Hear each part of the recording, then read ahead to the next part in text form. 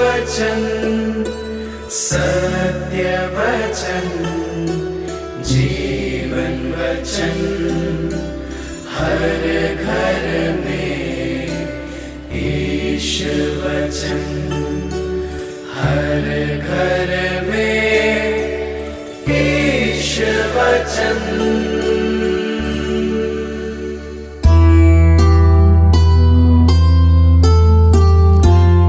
संत मत्ती के अनुसार आज का पवित्र सुसमाचार, अध्याय 13, पद संख्या 1 से 9।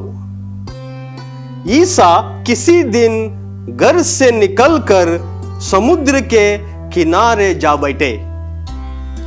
उनके पास इतनी बड़ी भीड़ इकट्ठी हो गई कि वे नाव पर चढ़कर बैठ गए और सारी भीड़ तट पर बनी रही। उन्होंने दृष्टांतों द्वारा उन्हें बहुत सी बातों की शिक्षा दी। उन्होंने कहा, सुनो, कोई बोने वाला बीज बोने निकला। बोते बोते कुछ बीज रास्ते के किनारे गिरे और आकाश के पक्षियों ने आकर उन्हें चुग लिया। कुछ बीज पथरीली भूमि पर गिरे जहां उन्हें अधिक मिट्टी नहीं मिली। वे जल्दी ही उग गए क्योंकि उनकी मिट्टी गहरी नहीं थी। सूरज चढ़ने पर वे झुलस गए और जड़ ना होने के कारण सूख गए। कुछ बीज कांटों में गिरे और कांटों ने बढ़कर उन्हें दबा दिया। कुछ बीज अच्छी भूमि पर गिरे और फल लाए, कुछ 100 गुना, कुछ 60 गुना और कुछ 30 गुना। जिसके कान हो वो सुन ले। यह प्रभु का दिव्य सुसमाचार। क्रिस्त में मेरे प्यारे विश्वासियों, मैं आपके सामने कुछ सवाल रखना चाहता हूं।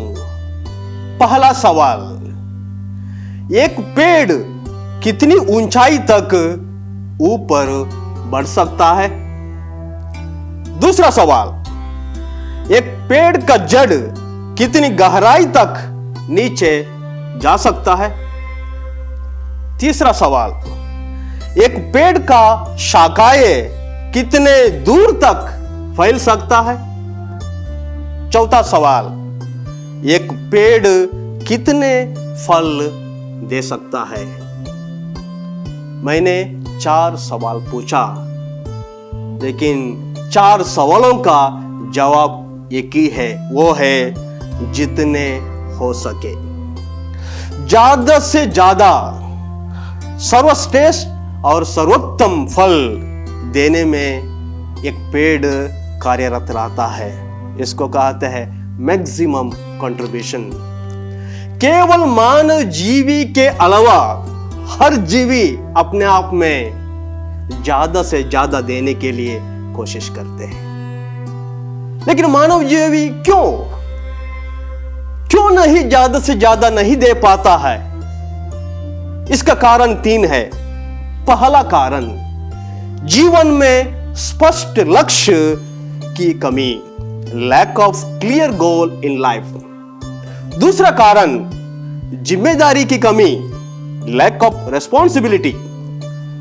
तीसरा पॉइंट, मेहनत की कमी, लैक ऑफ हार्ड वर्क। ये 3 कारणों की वजह से आदमी सबसे ज्यादा या ज्यादा से ज्यादा नहीं दे सकता है। उदाहरण के लिए, मैं एक दिन 1000 रुपए कमाने का लक्ष्य रखता हूं, सक्षम हूं, लेकिन मैं केवल 100 रुपए कमाता हूं और मैं संतुष्ट हूं क्योंकि मेरा पड़ोसी वाला 50 रुपए कमा रहा है। मैं अपना पड़ोसी को देखता हूं और मैं संतुष्ट हो जाता हूं, हालांकि मेरा काबिलियत, मेरा कैपेसिटी 1000 कमाने का है। तो इसलिए हम लोग ज्यादा से ज्यादा नहीं दे पा रहे। आज का सुसमाचार में हम लोग देखते हैं, बीज बोने वाला बीज बोता है। कुछ बीज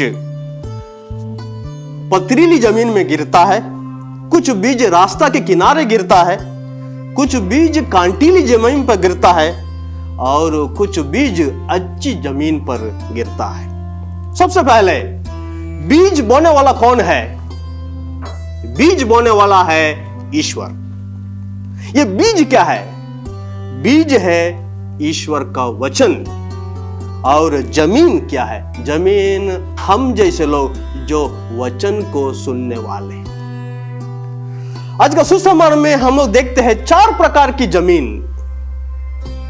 पहला जो पथरीली जमीन। पथरीली जमीन वो लोग हैं, घमंडी लोग, स्वार्थी लोग, अहम रखने वाले लोग और दूसरों की कमी देखने वालों हैं। तो इन लोगों को प्रभु का वचन कोई भी प्रभाव नहीं डाल सकता है। दूसरा, रास्ता के किनारे वाला जमीन। ये वो लोग हैं, आलसी लोग, कामचोर लोग, मौज मस्ती करके मोह माया में रहने वाले लोग, दूसरों के साथ समय बिताने वाले लोग, कोई जिम्मेदारी नहीं लेने वाले लोग। तो ये लोग अक्सर दूसरों के बहकाव में जाते हैं। ये लोग तो प्रभु का वचन सुनते हैं, लेकिन दूसरे लोग उनको अपने जीवन में अपनाने के लिए उनको मदद नहीं करते हैं और बहकावे से दूसरी की ओर चले जाते हैं। तीसरा, कांटीली जमीन के वो लोग हैं जो सांसारिक कार्यों में लुप्त है और तमाम परेशानियों से निराश है।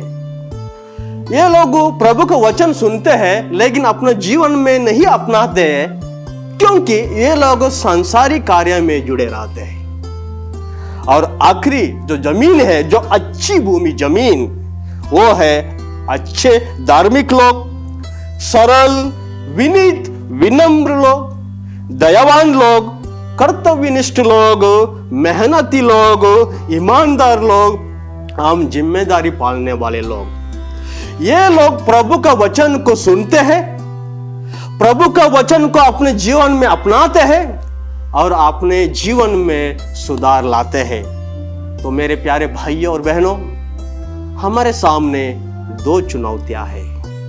पहला चुनौती, मैं कौन हूं? मैं कैसा जमीन हूं? क्या पथरीली हूं? क्या कांटीली हूं?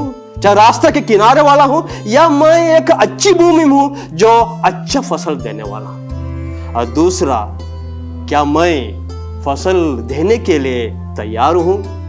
अगर तैयार है, आइए प्रभु का वचन को ठीक तरह से सुने, अपने जीवन में अपनाए और जीवन में सुधार लाए, ताकि हम अधिक अधिक फल दे सके। पिता, पुत्र और पवित्र आत्मा के नाम पर आमीन।